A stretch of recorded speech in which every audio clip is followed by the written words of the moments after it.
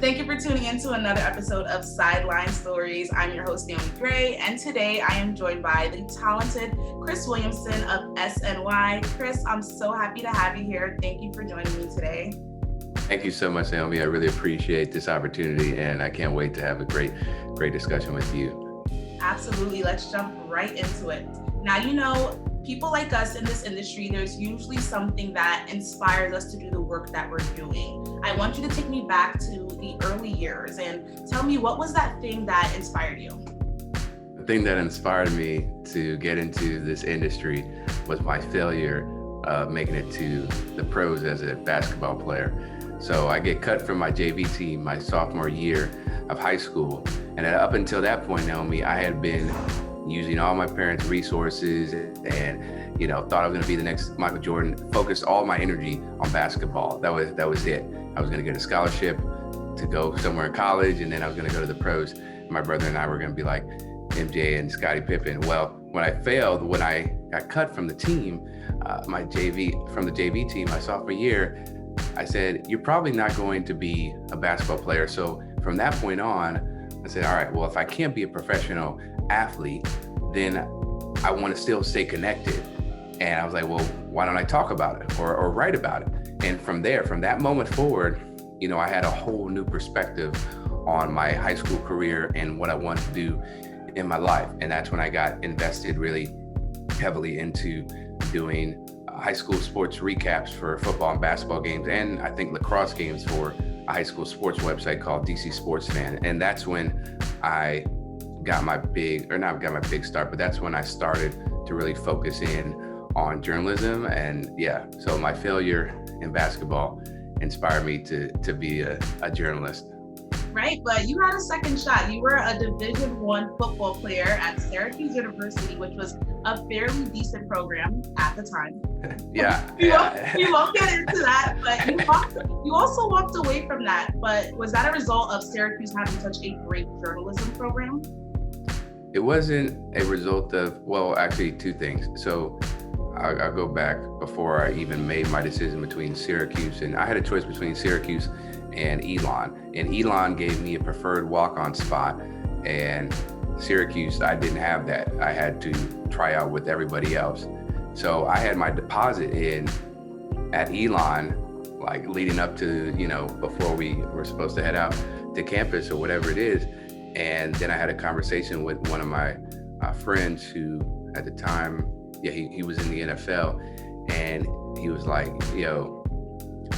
you have a great education to fall back on at Syracuse. Like if you don't make the football team there, then you still have this world-renowned education and professors that are top-notch. At Elon, okay, sure, you've got the guaranteed walk-on spot, but the comparison, the quality of education, while Elon's a great school and they have good journalism facilities, it's not at the level of Newhouse. So then I take my deposit out. My dad was very happy at the time because, I want to get that money back. And then what happened? I emailed the Syracuse admissions people in Newhouse, and I was like, hey, actually, I want to come here. Like the spot was still open because I had told them, no, I'm going to another school. So the fact that I was able to still get into my dream school in Syracuse and make that switch is the reason why I am where I am today. And just going back to your question about me having to move on from football, I always knew that I was going to play like a couple years, and then I'd have to focus on my journalism degree, wholeheartedly, because the university or the athletic department wouldn't allow me to cover any of the SU sports teams because they said it was a conflict of interest when I was playing football. Now, I didn't agree with that at all. I thought that was, kind of BS, but that's a major institution that I'm going up against. I'm not going to win that battle. So that's why I had to leave the team my junior year, because I didn't have the dream of going to the pros. It was like, all right, I'm going to make this D1 team and I'm going to give it my best shot. Hopefully, I can make a difference. And then my junior year, I'll leave. And having such a top-notch program with great resources in Newhouse made it a lot easier to leave the team knowing that I'd be in good hands. Yeah, and then your first start was in Wisconsin, so quite the shift of environment. You made a big move from where you're from, and I just want to know, how long did it take you to adapt to not only that new environment, but being a professional? So 4 weeks on well, first of all, that job was, in the middle of nowhere. Like when I first looked it up, like, where's Wausau? I don't know where this is.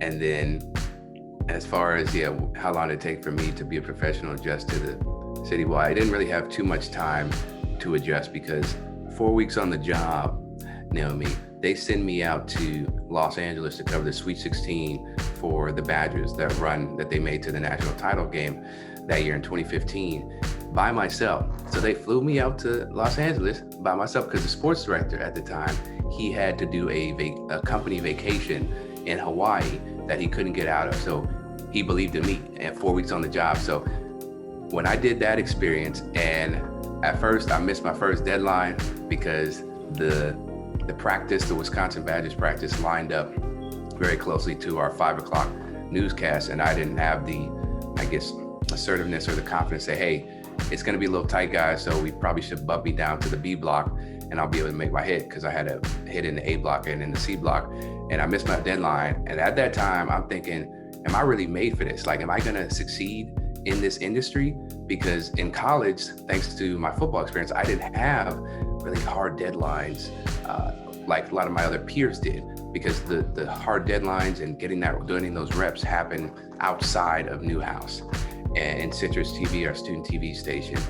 So in the back of my head, like, either you're gonna fail, you're gonna fall flat on your face here in Los Angeles, or you're gonna rise to the occasion. And I took a step back, and I was in my hotel just thinking, they sent you out here for a reason, and the rest is history. Like, I've never looked back. I learned how to be much more efficient with my time and speaking up for myself. And then on the culture side with Wisconsin, I tried to immerse myself in the community as much as possible, and just be a bright light for individuals, whether it's the athletics department, different high schools, or students and coaches. But it did take some time to adjust to being, the only Black person, only Black sports anchor there, and one of the few Black people in Wausau, because it's like 0.1% over there. So it took some time adjusting. Right, and the experience for you in Wausau, Wisconsin, was like difficult, but it became extremely difficult because you experienced a great loss, losing your father. So how difficult was it to deal with that, especially during that period of your life?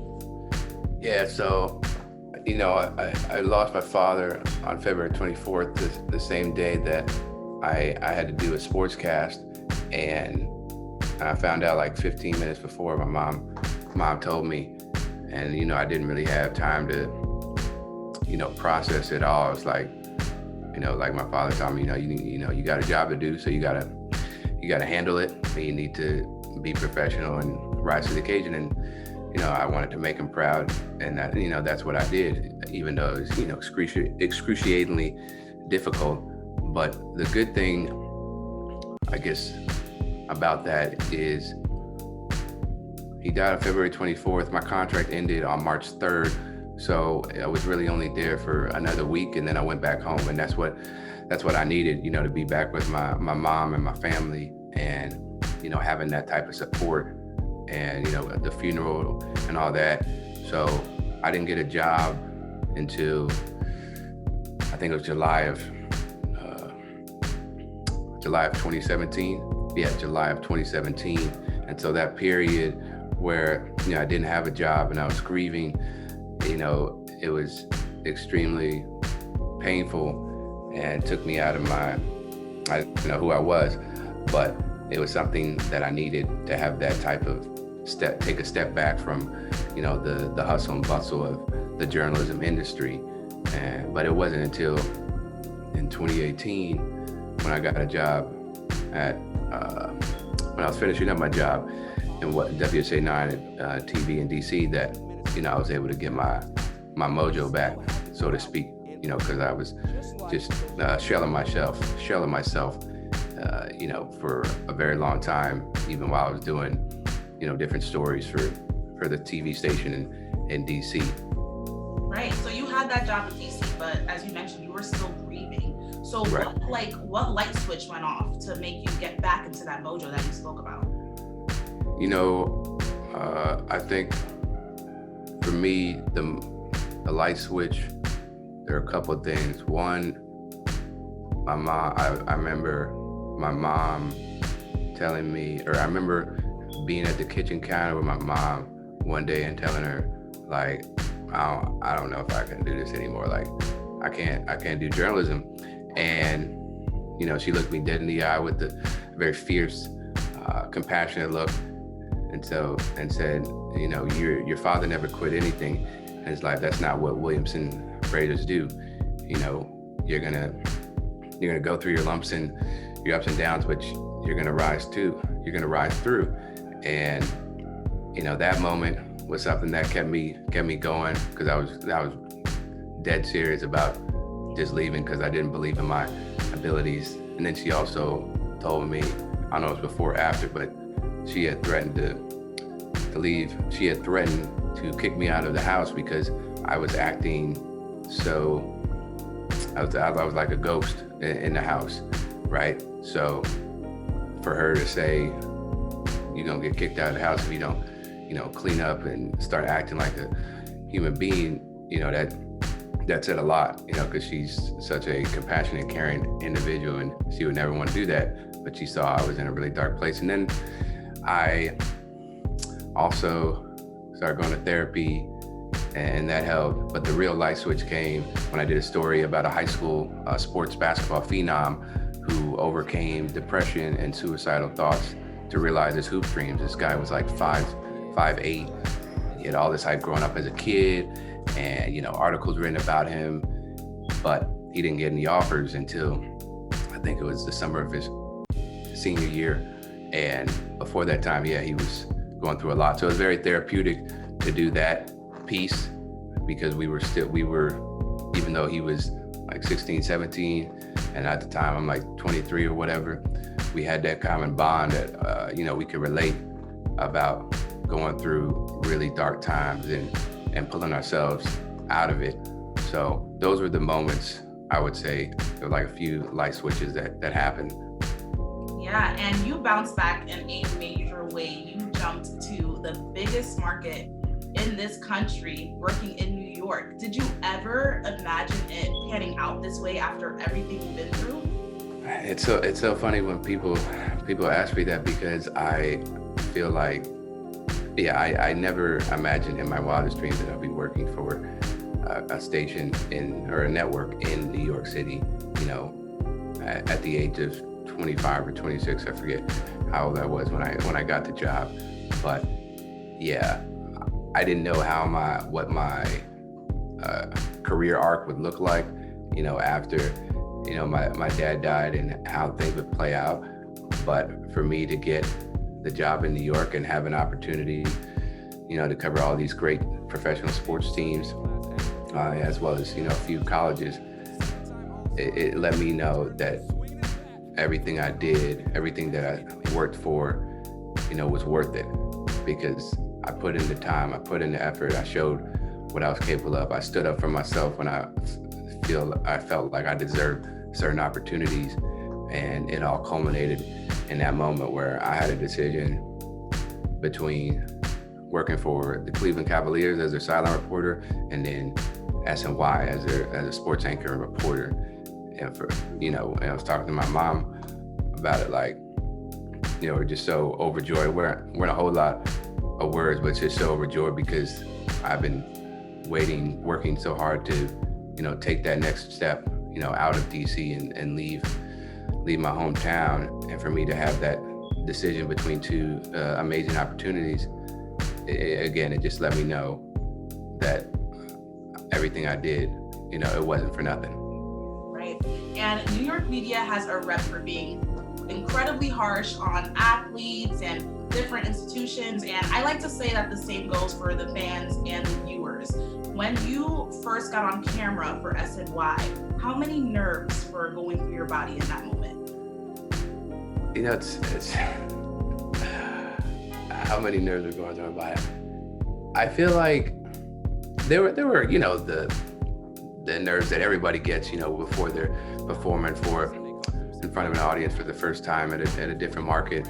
But I don't know, I just felt like I belonged. I went back, going back to what I said earlier, Wisconsin, they hired me for a reason. And the fact that I had gotten to New York at age 26 and showed the type of resiliency that I had, I knew that I belonged there, right? So when that red light went on, we were covering that was the day that the Jets got blasted by the Bills, and Matthew Barkley came in. That's how bad it was for the Bills. Like I felt alive, right? So the nerves were there, obviously, but they weren't as heavy or as intense as you might think, just because, hey, look, I lost my dad, you know what I'm saying? So going up in front of the TV and speaking and doing something that I love, that ain't nothing, right? So yeah, it wasn't as nerve-wracking as some might expect. Right, and I like to think the work that you do at SNY reflects the person you are. You often speak out against racial and social injustices, using your platform for something that's very important. And ironically, you're kind of doing work similar to what your father did, because your father was one of the people who helped establish the Rooney Rule, which demanded diversity in the NFL. So do you feel like you're kind of carrying his torch in a sense? Yeah, this is something that we talked about when I was in Wisconsin. I wanted to speak my mind, and my parents always got down on me or not down on me. They just were very honest about how I needed to not say too much, because I was just starting out my career. But the plan was, once you get to a platform where you have, the power and control, so to speak, to speak your mind, and you're in a position of some type of power, that's when you're able to, make the biggest influence, and your voice can be heard so much more than when you were in Wisconsin. And so, it's bittersweet, because I don't get to experience it with my dad, talking about all the things that I was gonna do, and I'm doing them. But at the same time, I have a lot of joy and pride in being able to, as you said, carry on his torch of, speaking up about racial injustices and being very outspoken in how to make change for society. And, I try to use my voice to the best of my ability to do that. And, every day I'm trying to, make my dad proud, my parents proud, so that they know, I took some lessons from them, and I actually listened to all their advice and things of that nature. Right, and the work you do is commendable, and it takes some bravery. I mean, let's be honest, not a lot of people where you work look like you, so it takes a lot of balls to get on that screen and say what you're saying. At any point, did you feel kind of like backpedaling, or did you feel like maybe I'm doing too much? At SNY, right? Yeah, so I don't think I ever felt like I was doing too much. I think sometimes, if there's any moment when I was, I guess, going over top, it was just the frequency of which I was tweeting about certain issues and how they may come across. Oh, this guy's always talking about something, blah, blah, blah, blah, blah. He's talking about this, he's talking about that. And what I found through, the advice of my mom told me that, my girlfriend, my boss, like, lessen the frequency of these tweets when you're talking about social issues, so that when you do tweet, it's more impactful, right? They like, oh, what this person, Chris hasn't said anything about this, then he comes out with this statement, and it can be more valuable, as opposed to, typing this thought. So having a more reflective approach, taking in whatever is going on in society, and then coming up, crafting a really thoughtful tweet to get my message out on what I'm trying to do. But I never feel like, I'm doing too much on air. If anything, I feel like I need to do more, just because of the fact that you stated, like, there's only one other Black person on air that looks like me. Oh yeah, there's only one other Black person on air at our station full time. So me speaking up is imperative for, our people, and just getting that different perspective that our viewers probably not used to hearing. Right, and aside from your, using your platform to speak out against those things, I'm pretty sure you deal with naysayers just because, you're doing what you do. What advice do you give to aspiring journalists to kind of brush off the hate and just stay motivated and keep your eyes on the prize? You got to do what's true to you. You have to be yourself.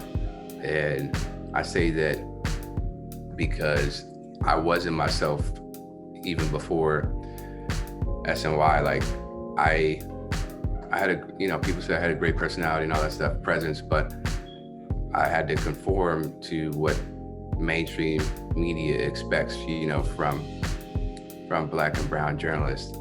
And I wasn't exactly being my authentic self. It was kind of watered down version. And so I want everybody, who watches this to know that you have to be true to who you are. And that will give you a lot of pride as well as, dignity, because you're not, so to speak, selling yourself out, or you're not conforming to the norms and standards that people expect. And, you get, like you said, there are naysayers.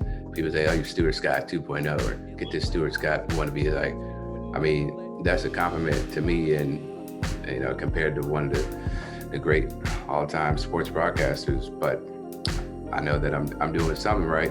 If that's the type of hate I'm getting, or some people don't like when I say, what's up, beautiful people, would think it's corny. And I'm like, okay, that's fine. But that's something that is truly who I am. Like, I want to spread positivity each time that I go on camera and I step on that stage.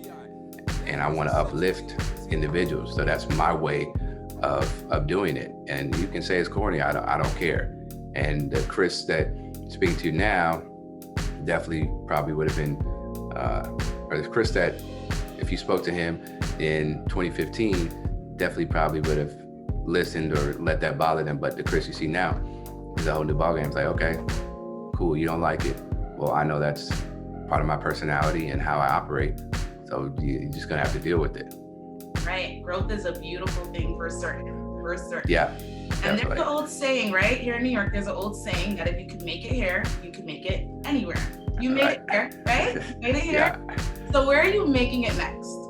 Where am I making it to next? I hope to make it to the next day, Naomi.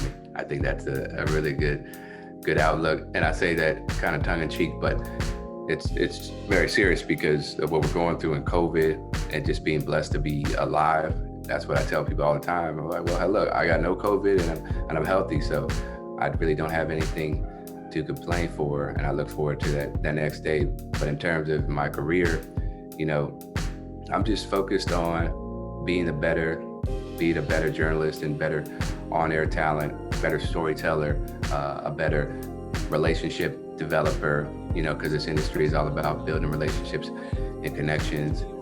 So yeah, I don't know what the future holds for me. I know it's a politically correct answer, but I really don't know what is next, but I do know that I want to be doing something where I can truly make a difference on people, that look like you and me, and give them hope to aspire to something other than sports, because that's a trap that we often find a lot of our youth in, just because of how society treats us.